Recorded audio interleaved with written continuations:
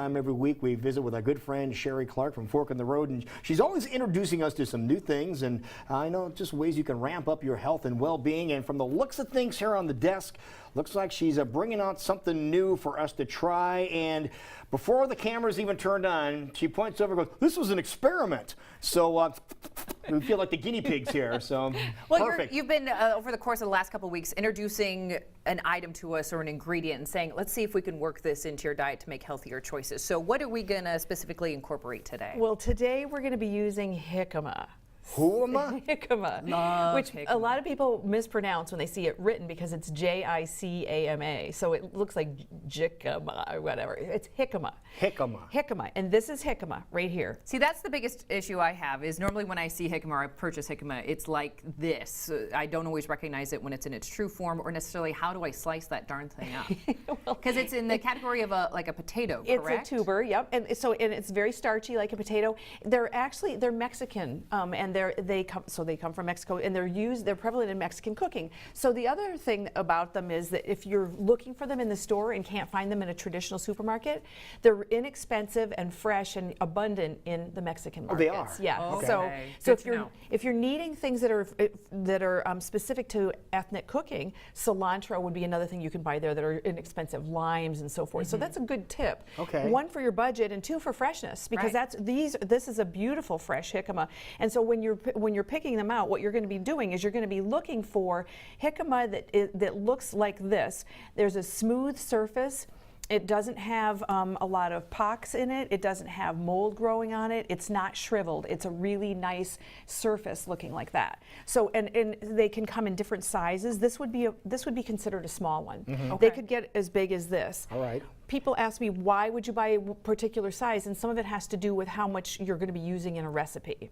So now, what kind of recipes would you use it? Besides the stuff that you create here, what else would people traditionally use it for?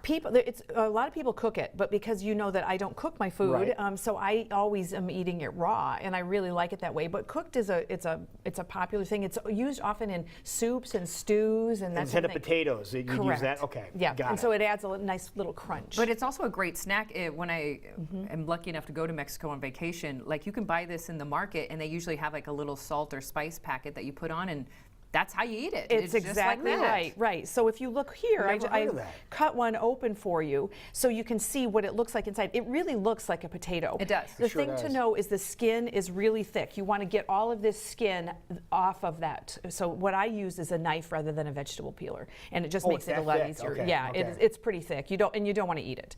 So let's try it. Like you can try it completely raw. With the guacamole is the simplest application. That is just a beautiful guacamole. Again, we talked about lime and cilantro and all of the things that are native, avocado obviously, to guacamole. And instead of using a chip, we're going to just use a jicama slice.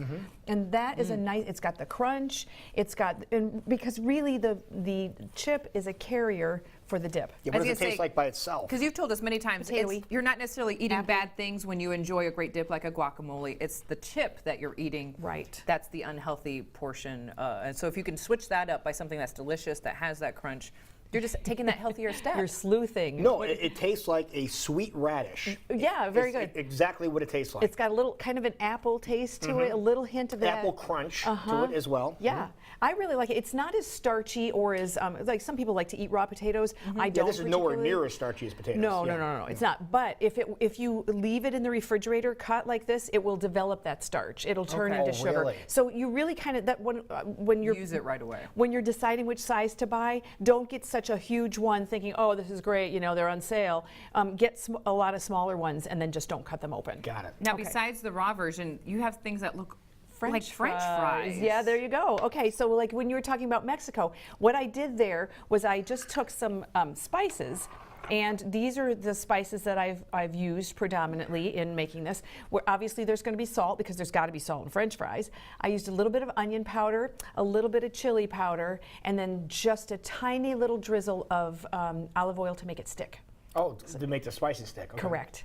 And just eat it like this, just or would eat you it dip like that. You could. I think you eat it like that. You could dip it in ketchup if you really wanted to act like it was a fry. Oh, that's good by itself. I love it like that. And what you're probably getting, Jackie, one of the ways that they do it in Mexico is with a squeeze of lime juice and the chili powder. Yeah. So good. It's delicious. That is really, and how pricey are these? Oh, inexpensive, particularly in the Mexican store. We're talking 99 cents a pound. Oh, really? Yeah. So, and if you buy them in a traditional supermarket, they're going to be a little bit premium price because they don't move them as quickly. But yeah, they're value priced. Okay. It's a nice alternative if you're like, okay, let's eat the carrots again or things like that. I know Good fresh point. carrots are wonderful, but sometimes you want to mix it up because it's like, I want my chip, and this can really trick the mind of thinking that you're eating that chip. Exactly. The other thing I like about it, because they're so big, you can kind of cut them into like planks. You know, if you're going to be using a carrot stick to dip, you're not going to get a lot of guacamole. If you cut a plank, oh baby, You're getting a lot. You're getting the guac. you can scoop right in there. So the last thing I did was I made you a little bit of a salad. And so what this is, I have taken the jicama and I've turned it into rice. So I thought that You was turned it into quinoa. rice. No, it's jicama. I turned into Really? rice. Right, I'm calling rice with air quotes. Yeah, how did you do that? So I just took it and I chopped it up and put it into the food processor, to which I added some cashews because they're white and they're soft, and I wanted to have a little fat without adding oil. So because the jicama is very juicy and it will soften up those cashews. And then I added just a tiny little drizzle of coconut nectar because I wanted to bring out the sweetness in it. Then to that I added your different vegetables. On there I added some cabbage, there is broccoli, a little bit of asparagus tips because asparagus prices are coming down, Yes, they people. are. Yeah, it's going to be spring. A little bit of carrot slices and some mushroom. There's some shrooms right there on the end of the fork here. Yep. You totally fooled Ready? me. I thought this was going to be a bowl of quinoa. No, But we're that on is jicama today. jicama. Yeah, it's jicama. And it's delicious, and it absorbs the sauce and everything that goes with it extremely well. Yep. So you could do that instead of rice. It works if you're going to be making, if you roll your own sushi like I do, that will serve as the rice base if you don't want to be cooking some So things. you roll your own. So You this roll is, your this is own. how you do it. Okay. Exactly. I'm known for that. There you go, on this show anyway. So what you're going to do then, if you're interested in doing That is really good. is do it just in a short period of time in advance. Don't let it sit. Will it it'll- turn colors or anything or not? It gets mushy. It just gets yeah, mushy? it just the texture just isn't quite as good as it is when it's fresh like this. So by tomorrow it would be, I'd want to make a fresh batch. Okay. Yep. So isn't that lovely? It's you something can, different. It's lovely light. Yeah. It's very fresh, and like you said, taking another option so you're not eating white rice, which isn't always good for you. A fantastic option. Yep. Yeah, Some and people are something avoiding different, grain. which is really good. Yep. Very good.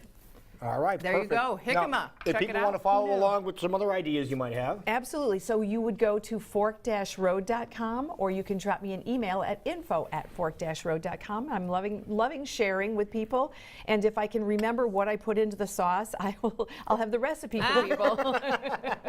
Like I said, I got up this morning and said, I think I'm going to wing it. but that's a good you way want of doing it, though. these recipes. They are absolutely fantastic, as we can't stop shoving What our a nice option, food in our though. mouth. I never thought about this, and I did see them. I didn't know what they were, so I never grabbed them, never touched them. Yep. But it's jicama. Now you know. Jicama. There And it it's is. inexpensive, so you really have nothing to lose. So let's try new things. That's the theme here. There you go. Perfect. Wonderful. Thank you so much. You're so welcome. All right. It is 19 minutes past 9 o'clock. We will be right back.